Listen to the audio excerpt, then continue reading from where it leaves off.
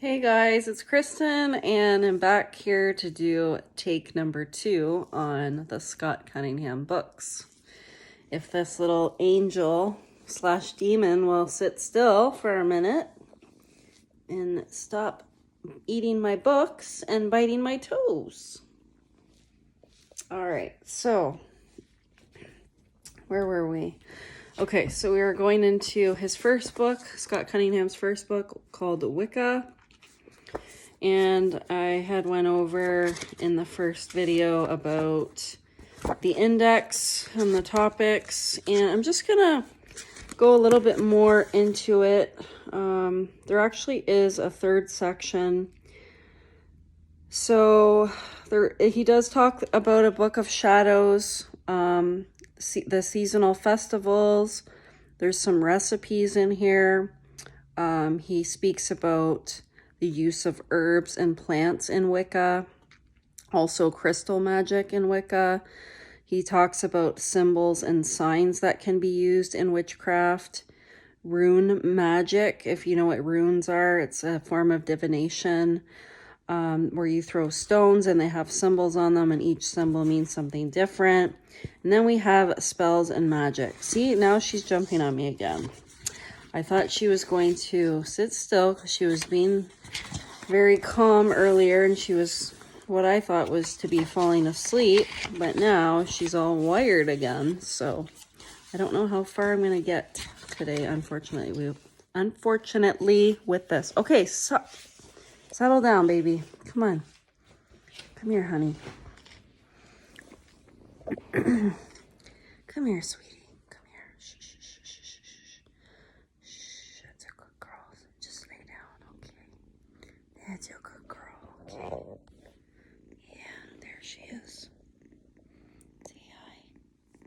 Say hi. Say hi, sweetie.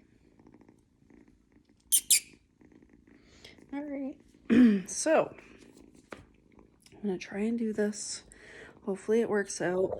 I'm not making any promises. Okay, so I guess I really liked this book. For me personally, I would definitely recommend it. I would definitely buy it. The prior book I just talked about, the one with Susan Gregg, Magical Plants, I would not repurchase that one again. I feel like it's a waste of money in a way. I definitely would choose Scott Cunningham's herbal book over the Susan Gregg lady. So it does, in here, it shows you a diagram of how to set up your altar. There are some rituals and spells in here. It talks about the god and the goddess, and it talks about different tools that are used in witchcraft, the wand, the athame, which is the knife. Talks about like the censer, the pentacle, all kinds of stuff like that. There's even songs to connect with the goddess or the god, and there's different prayers. There's different things you can say when you're giving offerings to the god and goddess on the altar. Let's see what else there is. It tells you how to cast a circle, whether you do it like inside, outside kind of thing, how to raise energy, how to break the circle, which is really good to know, how to purify your space and yourself, and different rites for dedicating yourself. It talks about visualizing, how to visualize during witchcraft, how to meditate, how to... What else does it have in here? It's been a while since I've read these books too, so I don't remember every detail of these. It does talk also about the days of the year, like the special holidays that they celebrate, whether it's Ostara or Embolic, Yule, all the different days of power.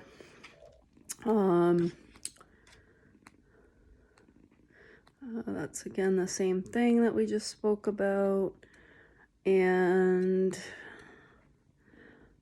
yeah, he talks about how you can dance and stuff like that in order to I think it's to like appease the gods or something like that, or to raise energy. Then again, we have the tools, the cauldron, the broom, and what their uses are, and what magic is.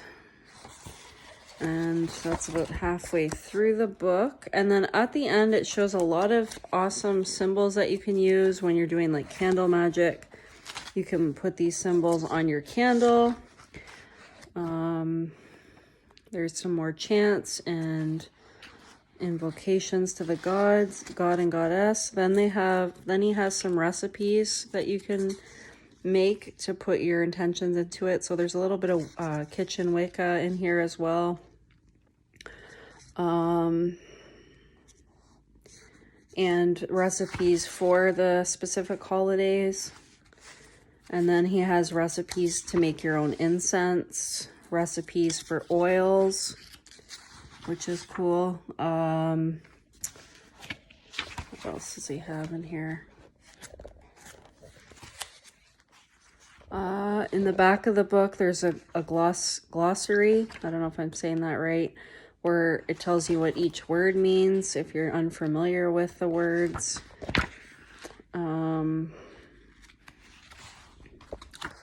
And what else does it give you? Yeah, again, it talks about different crystals and what they're used for. The Sabbats it talks about. It talks about the full moon. Our sacred herbs to the gods, god and goddess. Symbols and signs, which I already said earlier. Rune magic, so what the rune symbols mean. And then there's some spells at the back to protect your home, protect an object. And that's pretty much it. So it's a really, really good book. It's very informative, especially for beginners. I would definitely recommend it if you're a beginner. And then his part 2 number 2 book is Living Wicca. Now this is just an extension of his first book.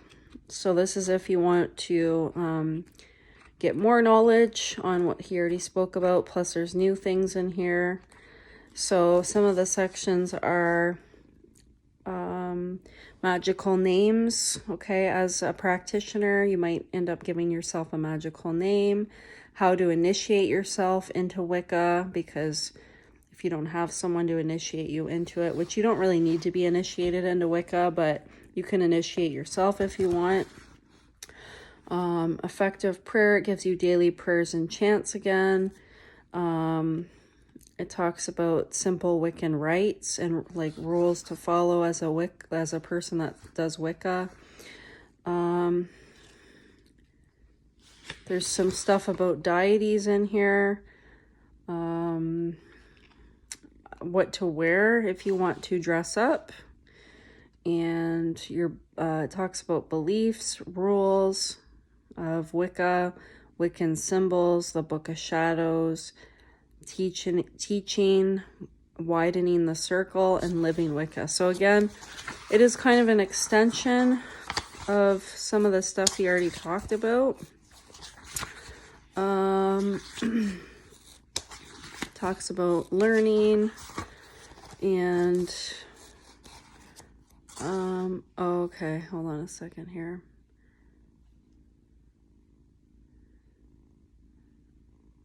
Yeah, what you should do and shouldn't do if you're sick, okay? When it comes to witchcraft, should you do it or should you not? It goes into that. It talks about if you're on drugs, stuff like that.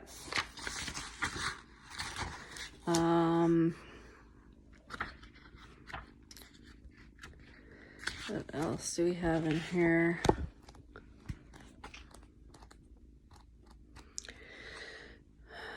It gives you a list of suggested reading if you want to do extra reading, which are, I believe, other authors besides his books. And again, it shows more symbols, but it shows different ones than the first book does. So it goes into specific Wiccan symbols, traditional symbols. It goes into all kinds of symbols to use during your rituals or your spell work, whether you're doing candle magic or you're doing water magic or earth magic, stuff like that. Again, the simple laws of the trade. Yeah, the laws of being a Wiccan, avoiding harm on others, stuff like that. And traditional Wiccan beliefs.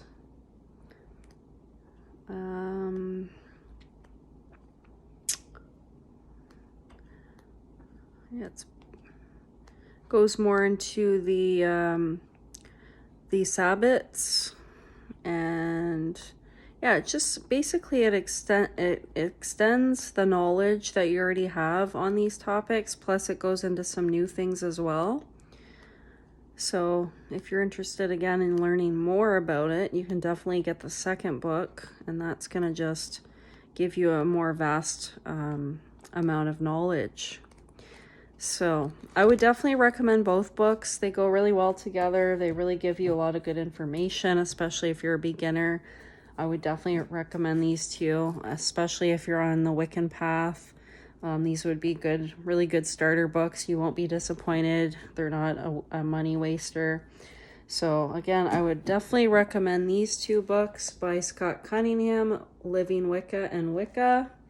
And I would definitely say avoid this one because I didn't think it was that great. It's to me, it's a waste of money. And there you have it. I hope you guys enjoyed this book, or not this book, this video. And please subscribe to my channel, and I will see you guys in the next one. And say bye-bye, kitty. Say bye, Violet. She said bye. All right, see you guys soon. Bye.